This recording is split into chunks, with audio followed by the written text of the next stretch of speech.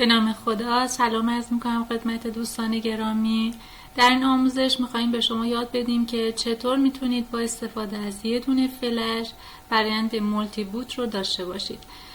حتما براتون پیش اومده که برای سیستم عامل‌های مختلف یه دونه فلش رو اختصاص دادید. مثلا یه دونه فلش رو اختصاص دادید برای ویندوز 7، یه دونه فلش دیگر رو اختصاص دادید برای ویندوز 10 و به همین ترتیب فلش‌های متعددی برای هر سیستم عاملی دارید. ما تو اینجا می‌خوایم به شما یاد بدیم که با داشتن فقط یه دونه فلش که حالا مثلا فضایی که داره میتونید چندین سیستم عامل رو توی یه دونه فلش قرار بدید و موقع بوت کردن خودتون انتخاب بکنید که کدوم سیستم عامل رو میخواهید نصب بکنید، که به این کار میگن مالتی بوت، یعنی اینکه بتونیم با یه دونه فلش چندین سیستم عامل رو داشته باشیم و هر کدوم رو که خواستیم نصب بکنیم. با ما همراه باشید.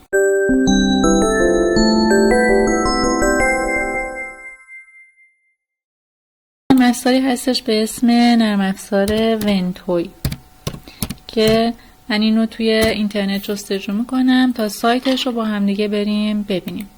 نرم افزار ونتوی نرم افزاری هستش که این قابلیت مالتی بوت رو به فلش شما میده.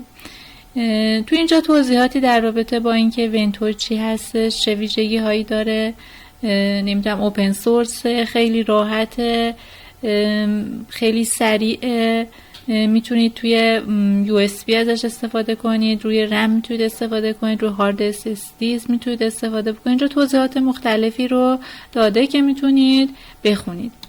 خب در اینجا من میخوام که دانلودش بکنم. میریم تو قسمت دانلودها. حجمش هم زیاد نیست، برای ویندوز داره، برای لینوکس داره و اینم که دیسک زندهش هست. خب من ویندوزیش رو میخوام، ورژن ویندوزیش رو و دانلودش میکنم. خب اینجا که اومدیم، خب این لیو سی دی، این لینوکس، این ویندوز هستش که حدود 16 مگابایت و من اینو دانلودش میکنم. نرم افزار ونتوی رو بعد از اینکه دانلود کردیم از حالت فشرده خارجش میکنیم.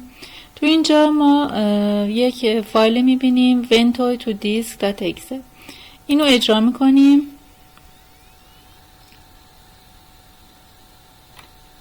خب اینجا ورژن ونتوی رو به ما نشون میده.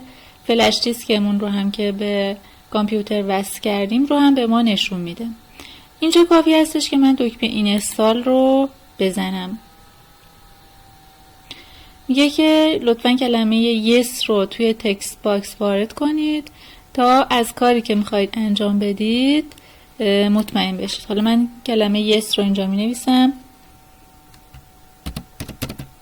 اوکی رو میزنم. میگه فلش شما میخواد فرمت بشه و داده‌های شما میخوان پاک بشن، آیا میخواید ادامه بدیم؟ میگم yes. دوباره میپرسه تا مطمئن بشه. خب داره چیکار میکنه؟ فلش منو فرمت میکنه تا آماده بشه برای اینکه فایل های من توش قرار بگیرن. خب بعد از اینکه این کار انجام شد، اومده یه درایوی به اسم ونتوی رو اینجا قرار داده، پوش خالی هستش.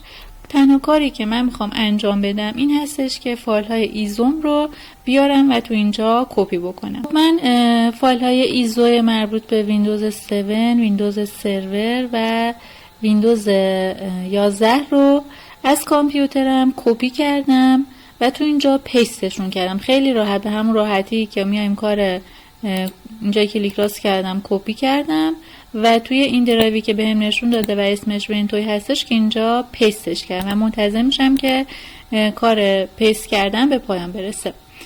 خب توجه بکنید که ونتوی از همه سیستم عامل ها ممکنه پشتیبانی نکنه. شما اگه میخواید بدونید که این از چه سیستم عامل هایی پشتیبانی میکنه، به سایت ونتوی که برید تو قسمت تستد ایزو، یعنی اون فایل های ایزویی که مورد تست قرار گرفته و مشخص شده که مشکلی باشون نداره رو به شما نمایش میده. مثلا ویندوز 7، 8، 10، 11 ویندوز سرور. مثلا ببین ویندوز سرور 2008 توی این لیست نیست، از 2012 به بعد رو داره پشتیبانی میکنه. یا مثلا ویندوز XP توش نیست. در حقیقت این فایل‌های ایزو با استفاده از ونتوی تست نشدن. از لینوکس ها هم که انواع ورژن هاشو اینجا نوشته، یونیکس و غیره. پس از اینجا میتونیم بفهمیم که آیا سیستم عاملی که میخواییم در نظر بگیریم آیا توی این لیست تست ایزو ها هستش یا نه. خب من منتظر میشم که اینجا کار پیست شدن به پایان برسه.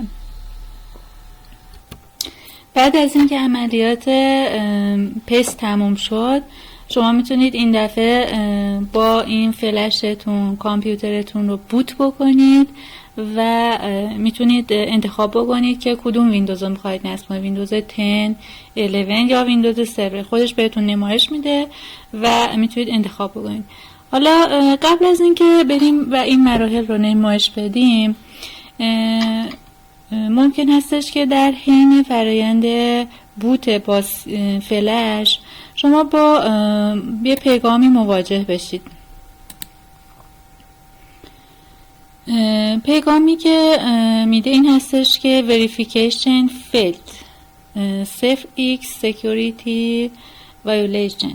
این اروری که نمایش میده مربوط به سکیور بوت هستش که از ورژن 1.07 ونتوی این مشکل حل شده و دیگه نیازی نیستش که شما برید تو تنظیمات بایوس و این سکیور بوت رو مثلا دیسیبلش بکنید و دیگه لازم نیست این کار رو انجام بدید از این ورژن به بعد. راه حلی که خود ونتوی ارائه داده این هستش که یا از این رول کی استفاده کنید یا از این رول هش. برای اینکه این اتفاق بیفته، موقعی که با این پیغام مواجه شدید رو اوکی کلیک میکنید، میایید اینجا و گزینه سوم میزنید، کانتینیو رو میزنید، روی یس کلیک میکنید، ریبوت رو میزنید و این دفعه میتونید اون صفحه‌ای که میاد و اون انواع سیستم عامل ها رو به شما نمایش میده رو ببینید.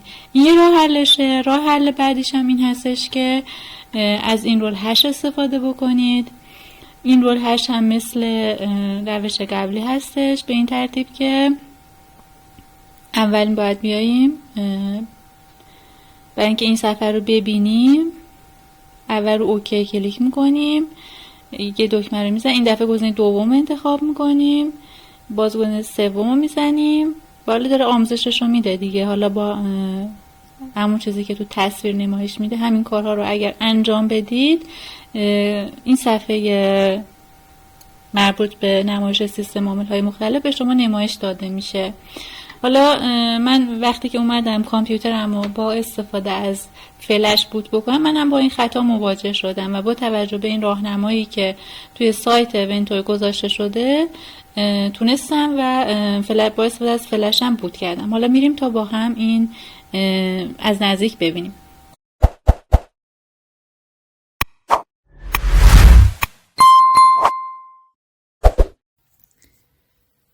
خب من کامپیوترم رو با استفاده از فلش میخوام بوت بکنم. دکمه F12 رو زدم تا اون بوت منو نمایش داده بشه. اومدم و حالا میخوام این فلشم رو انتخاب بکنم. حالا ببینید به راحتی با استفاده از نرم افزار ونتوی اون سیستم عامل های مختلفی که من داشتم تو اینجا بهم نمایش داده شده. ویندوز 10، ویندوز 11 و ویندوز سرور. مثلا فرض کنید من میخوام ویندوز 11 رو نصب بکنم، انتخابش میکنم، میگه که حالا میخواید نرمال باشه یا حالا اون گزینه مختلفی که بوت هستش رو انتخاب میکنم، گزینه نرمال رو انتخاب میکنم. همونطور که میبینید وارد مراحل نصب ویندوز شدیم و از اینجا به بعد دیگه میخوایم نصب ویندوز رو ادامه بدیم و به این ترتیب ما تونستیم با استفاده از یک فلش سیستم عامل های مختلفی رو داشته باشیم و بتونیم هر کدوم اونها رو که خواستیم نصب کنیم. و اگه گفتم در موقع بوت با خطای سکیور بوت مواجه شدید، اون راهنمایی که خدمتتون گفتم و نشون دادم تو سایتش بود، با استفاده از اون میتونید از این مرحله گذر بکنید و به راحتی